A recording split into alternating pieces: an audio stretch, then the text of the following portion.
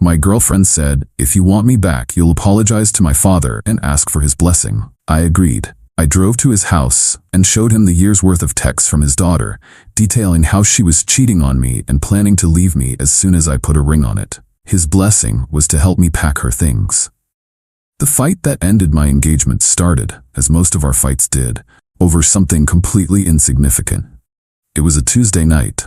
I had just gotten home from a long day at the construction site where I work as a project manager.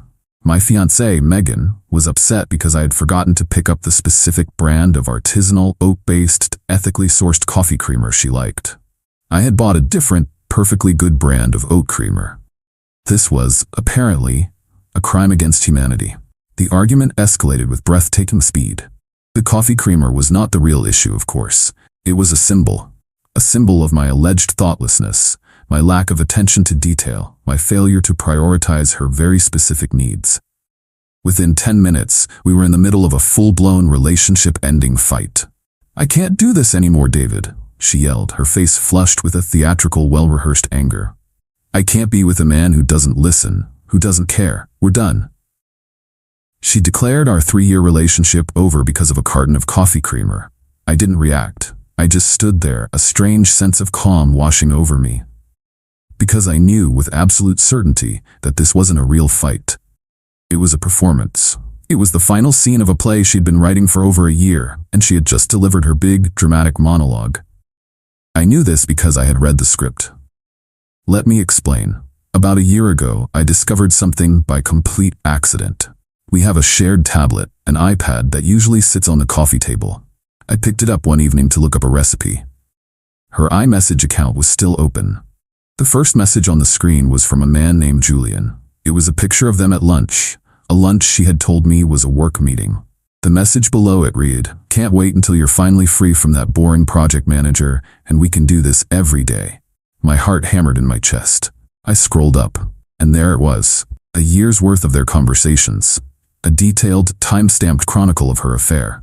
But it was more than just an affair. It was a plan, a cold, calculated financial and emotional exit strategy.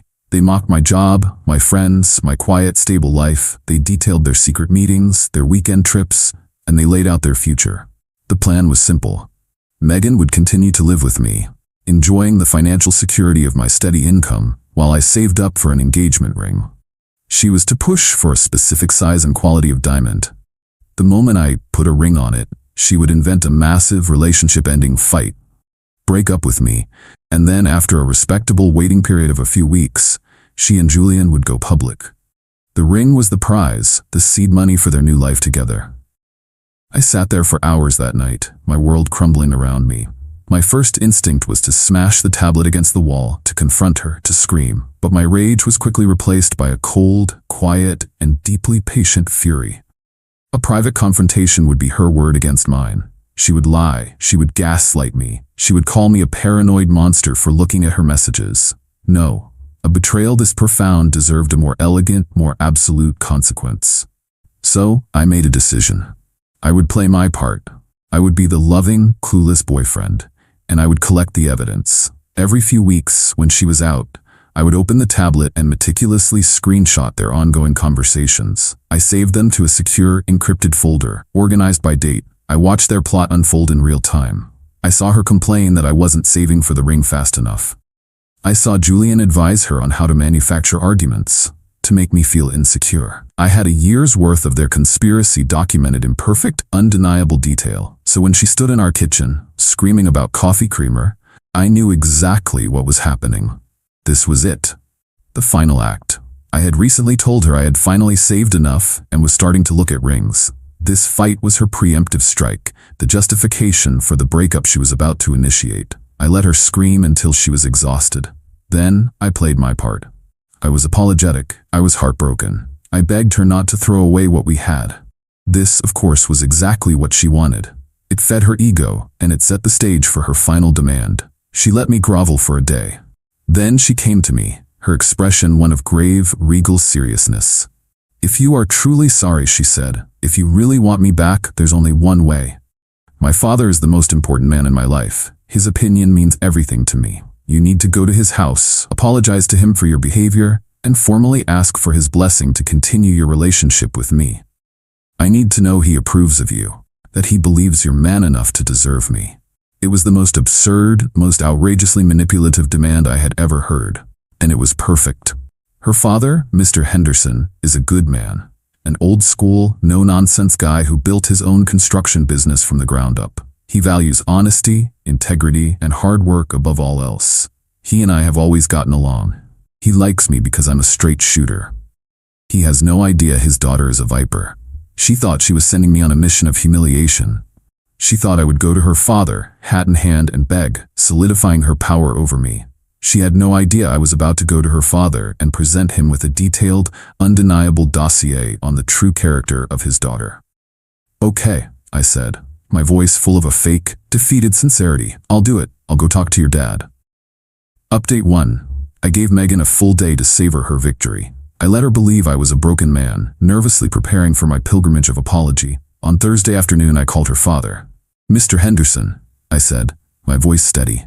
"It's David. Megan and I had a serious argument, and I believe I owe you an apology for the distress it's caused her. She also said it was very important to her that I get your blessing for our future. I was hoping I could come by this evening to speak with you, man to man." Mr. Henderson, a man who appreciates old-school formality, was clearly pleased. "Of course, son," he said, his voice warm. "My door is always open. Come by around 7. Before I left my apartment, I prepared my evidence. I had spent the last year compiling the screenshots into a single chronological PDF file. I printed the entire 150-page document. I also loaded the file onto a new, clean tablet that I had bought specifically for this purpose. I wanted him to see the messages exactly as I had in their native format. I arrived at his house at 7 o'clock sharp. He welcomed me into his study, a warm, wood-paneled room that smelled of leather and sawdust. He offered me a drink, and we sat in 2 large armchairs. "All right, David," he began, his expression serious but kind. "Megan is very upset. She said you two had a bad fight. What's on your mind?" This was the moment. I didn't get emotional. I presented my case like a project manager outlining a critical structural failure. "Sir," I began, "I'm here to ask for your blessing, but not in the way Megan expects. I'm here because I respect you, and because I believe you deserve to know the truth about the person your daughter has become. For the last year, I have been the victim of a calculated, long-term deception, and I have proof." I placed the thick printed document on the table between us. "This," I said, "is a record of the last 12 months of text messages between your daughter and a man named Julian." He looked at the document, then at me, his expression hardening with confusion and concern. "Before you read that," I said, "I want you to see it for yourself." I handed him the new tablet with the message thread already open. I discovered these by accident on our shared iPad at home. Once I understood what was happening, I began documenting them. He took the tablet. For the next hour, the only sound in the room was the quiet swipe of his finger on the screen as he scrolled through a year of his daughter's lies. I watched his face. I saw the initial confusion turn to shock. The shock turned to a deep, profound sadness, and the sadness slowly, inevitably, curdled into a cold, hard fury. He read the messages where they mocked my job. He read the details of their secret trips. He read their entire, cold-blooded plan to get me to buy an expensive engagement ring before she manufactured a fight and left me. He saw, in her own words, her complete and total lack of respect for me, for our relationship, and for the values he had tried to instill in her. When he finally reached the end, he placed the tablet on the table with a quiet, heavy thud. He didn't look at me. He just stared at the wall for a long time. "The coffee creamer," he finally said, his voice a low growl. The fight was about coffee creamer. "Yes, sir," I said. That was the manufactured fight she had been planning for months. He finally turned to look at me, and his eyes were full of a terrible, fiery disappointment. "She is not the woman I thought I raised," he said, his voice thick with a pain that was deeper than anger. He stood up and walked over to the window, looking out into the dark. "You came here to ask for my blessing," he said, his back to me. "And you have it. You have my blessing to get as far away from my daughter as you possibly can. You are a good man, David. You build things, you're honest, you deserve a hell of a lot better than a daughter of mine who would stoop to this." He turned back to face me, his expression now one of grim resolve. "This is not your mess to clean up," he said. "It's mine. I am going to handle this. But first, there's something we need to do. Let's go pack her things. Update 2. The drive from Mr. Rat Henderson's house to my apartment was silent and heavy. He sat in my passenger seat, a statue of grim determination. We weren't two men connected by a woman we both loved anymore. We were two men united by a woman we had both been deceived by. When we walked into my apartment, Megan was on the sofa, scrolling through her phone, a smug, expectant look on her face. She saw me first and her expression brightened. She thought I was returning, tail between my legs, with her father's blessing secured. Then she saw her father walk in behind me. Her smile vanished, replaced by a look of utter confusion. "Dad? What are you doing here?" Mr. Henderson didn't answer her. He just walked to the center of the room, his eyes scanning the space. He looked at the pictures of them on the wall, the little trinkets she had collected. Then he looked at her, and his expression was one I had never seen before. It was a look of profound, cold disappointment. "Get your things, Megan," he said, his voice a low, dangerous rumble. "You're leaving." "What?" she stammered, jumping to her feet. "What are you talking about? Did you talk to David? He was supposed to apologize." "I did talk to David," her father said. "He showed me the truth. He showed me your text messages, all of them." The color drained from her face. It was the same look of pure, white-hot panic I had seen on the faces of other women in these stories, the look of a liar whose entire world has just been vaporized by an undeniable fact. "No," she cried, her eyes darting to me. "He's lying. He made them up. He's trying to poison you against me." Her father just shook his head, a look of deep weariness on his face. "Stop, Megan," he said. "Just stop. I saw the pictures. I saw the dates. I saw the plans. I saw what you said about the ring. There are no more lies to tell." He walked over to the hall closet, pulled out a stack of empty cardboard boxes I had from my last move, and dropped them on the floor in front of her. "Start packing," he said. "You have 1 hour. Then I am taking you home." The meltdown that followed was epic. She screamed. She cried. She pleaded. She accused me of being a manipulative monster. She accused her father of betraying her. It was a desperate, pathetic performance, but her audience was no longer on her side. Her father just stood there, his arms crossed, unmoved. I went into the kitchen and made myself a cup of coffee. I watched, a silent observer, as the life we had built together was dismantled, not by me, but by her own father. He was methodical. He directed her, telling her what to pack. He was not cruel, but he was firm. When she tried to pack the expensive laptop I had bought her for her birthday, he stopped her. "That's not yours," he said. "You will take only the things you brought into this home and nothing else." An hour later, the living room was filled with boxes. Her father made her carry them out to his truck, one by one. As she was carrying the last box, she stopped in front of me. Her face was a mess of tears and rage. "I hate you," she hissed. "I know," I said calmly. Her father came back in for one last look around. He walked over to me and put a hand on my shoulder. "I am truly sorry, David," he said, "for everything." "I know, sir," I replied. "Thank you." He then walked over to the small desk where we kept our mail. He took out his checkbook, wrote a check, and slid it onto the counter. It was a check made out to me. The amount was substantial. "What's this for?" I asked. "That's for the ring you were going to buy," he said, "and for the last year of your life that my daughter stole from you. It's not enough, but it's a start. It's called taking responsibility. A lesson she is about to learn the hard way." He then escorted his crying, defeated daughter out of my apartment for the last time. I stood at the window and watched as his truck pulled away, carrying her and the wreckage of her life with it. Final update. It has been 6 months since the night I have come to think of as the packing. The silence in my apartment in the days that followed was the most profound peace I have ever known. The chaos was over.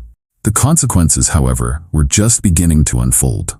The first thing I did was cash the check from Mr. Henderson. I didn't want to at first. It felt strange, but then I realized he was right. It wasn't a payment, it was an act of honor. It was a father trying to right a wrong committed by his child. I used the money to pay off the last of my student loans and to book a long overdue trip to visit my own family. The story of what happened to Megan came to me through her father. He and I have stayed in touch. We meet for lunch once a month. He has become a friend, a mentor. He is a man of integrity, and he is grappling with the profound disappointment of realizing his daughter is not. He told me that the car ride home with Megan was a silent, miserable affair. When they got to her parents' house, he and her mother sat her down and laid out the new terms of her life. She was not welcome to stay there long term.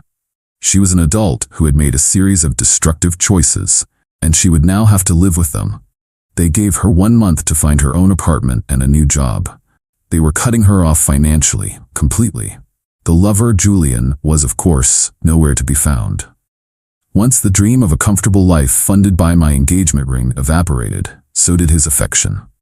He wanted a partner in a heist, not a partner in starting from scratch. He broke up with her via text a week after she moved out of my place.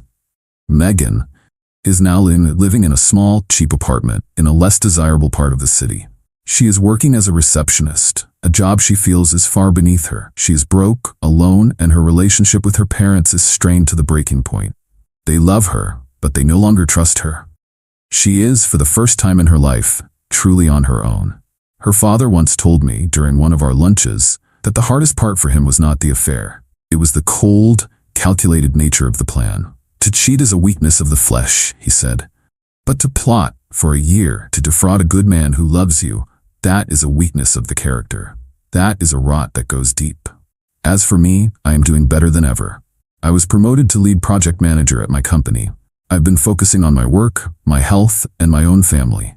I have started dating again, cautiously. My new rule is simple: radical honesty from day one. Megan demanded I go to her father and beg for his blessing. She thought she was sending me to my executioner. She never imagined that her father would be the one to hand me the sword. She built her entire plan on a foundation of lies, never realizing that the one person she couldn't fool was the man whose values she had so completely abandoned. The most brutal revenge wasn't mine to deliver. It was her father's. And it was simply the truth.